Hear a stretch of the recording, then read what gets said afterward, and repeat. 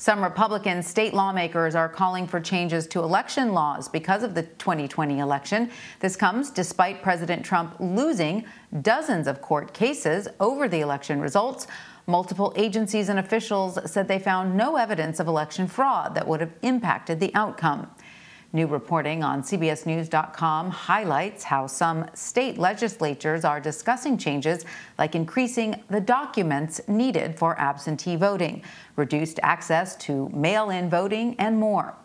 For more on all this, I want to bring in Caitlin Huey-Burns and Adam Brewster. Caitlin is a CBSN political reporter, and Adam is a CBS News reporter covering special elections and midterms. Welcome to both of you. Caitlin, let me start with you. What are some of the changes to election laws these Republican lawmakers are looking to make? Well, these Republican lawmakers want to target an element of voting that became actually very popular during the last election, and that was vote by mail. We saw several states expand access to vote by mail as an alternative to voting in person during a pandemic because there were concerns about people waiting in line. So that became very popular. But you also had states like Pennsylvania, which enacted an expansion of vote by mail before the pandemic even hit. And when I say expansion, meaning making vote by mail where you don't have to have an excuse to vote that way. But what we're seeing after the election is a backlash among Republican Party voters and thus Republican representatives to vote by mail, the way it was used and how broadly it was used. So that is kind of the big target in a lot of these states. We're also seeing lawmakers target things like voter ID or presenting some other kind of documentation for absentee ballots.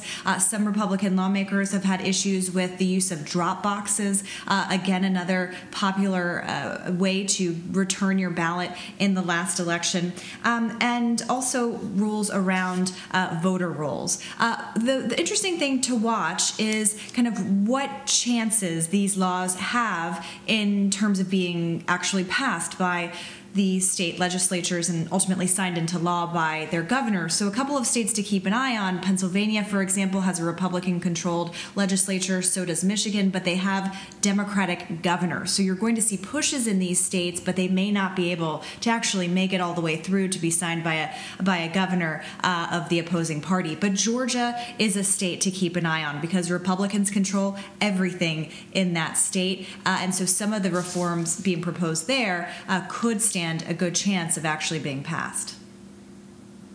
So, Adam, let's talk about Georgia then. Caitlin just brought it up. It was a big focus in the 2020 election, despite multiple recounts in the state confirming President Biden's win and no evidence of fraud whatsoever. We did see a lot of conflict, though, between President Trump and that state's, Republican leaders as well as Republican election officials. All of that being said, what changes might happen to Georgia voting laws? Right, Georgia was kind of one of the ground zeros that we saw for the Trump campaign trying to challenge the election results after the campaign. And Republican lawmakers in the state have said that they are going to be making efforts to change and reform the state's election laws. In December, the state's Republican caucus in the Senate came out and said that they were going to look at things like getting rid of drop boxes, getting rid of no excuse absentee voting, and perhaps requiring a photo ID for absentee voting. Now, Caitlin mentioned that Republicans control the legislature and the governor's mansion in Georgia. They still have to come to an agreement, of course, about what everyone could agree on in the House and in the Senate and on the governor's side of things. And since the election has happened, we've seen bits of information come out about what different leaders might support. Governor Brian Kemp expressed support for adding a photo ID requirement for absentee voting in an interview with the Atlanta Journal-Constitution, saying it seems like a secure way to make people feel more confident about the election.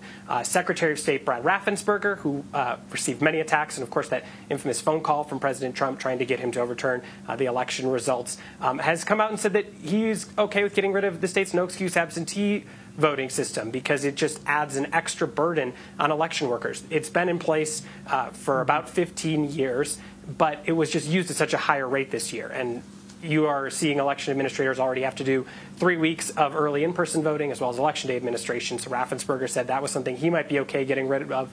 However, the state's lieutenant governor has said he doesn't necessarily support that, and the Speaker of the House has expressed skepticism about getting rid of that. So again, some of the details still have to be figured out, but those are some of the things being talked about among Republican leaders.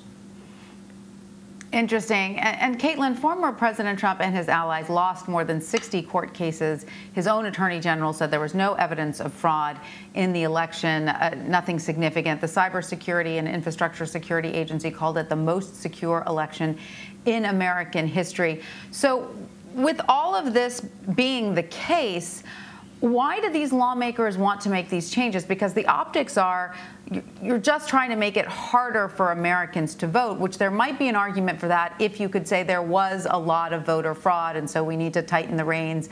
But the evidence is showing it was a very, very safe and open and effective election. There was no extensive voter fraud. So what is the argument for putting these restrictions in place? Well, some of these lawmakers are being pushed directly from their constituents. We talked to a Republican state lawmaker in Pennsylvania who proposed one of these bills to repeal the no excuse absentee voting in Pennsylvania because he said he represents a district that voted for Trump overwhelmingly in the 2020 election, and he got a call from a constituent that he found so troubling that they actually had to get law enforcement involved. So he's hearing from his constituents all sorts of things and concern and straight up anger about the use of mail-in balloting. So this is a lawmaker who actually in 2019 supported no excuse absentee balloting as part of a broader voting measure. And now you're seeing Republicans like him kind of backtrack on that and say, we don't really want that anymore. And that's raised a lot of questions about whether Republicans are making these moves to be able to try to, do better in elections. One election official in Wisconsin kind of admitted as much, for example. Another interesting number to point out is a Quinnipiac poll found that 67% of Republican voters didn't think Joe Biden's election victory was legitimate. And so you have, over the course of several months, the former president claiming without evidence that the election was going to be rigged, after the election claimed without evidence that the election was rigged, and kind of repeating a lot of this rhetoric that's really seeped into Republican Party base voters, and they are now pushing their lawmakers to make some kind of changes. And so, Adam, what do experts say states can do if they do want to make changes to their election laws, whether that is strengthening them or restricting them?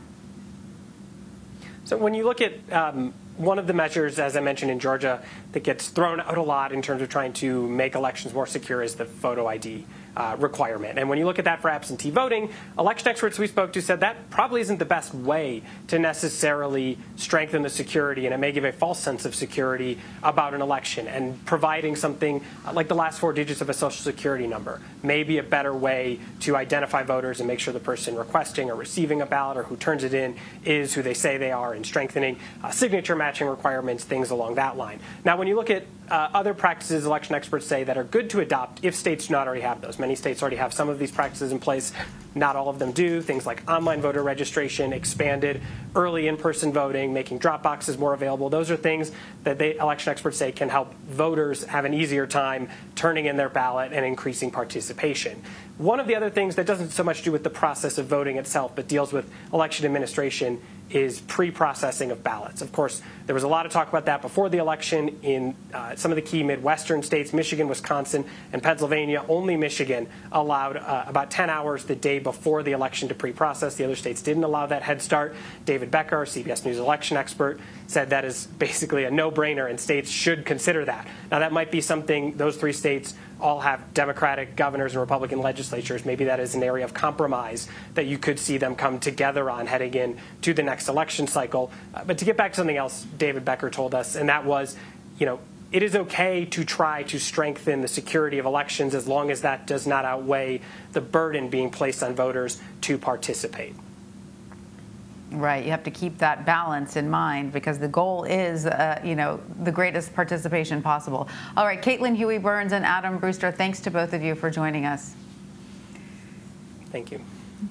You can read Caitlin and Adam's full report by going to cbsnews.com or downloading the free CBS News app.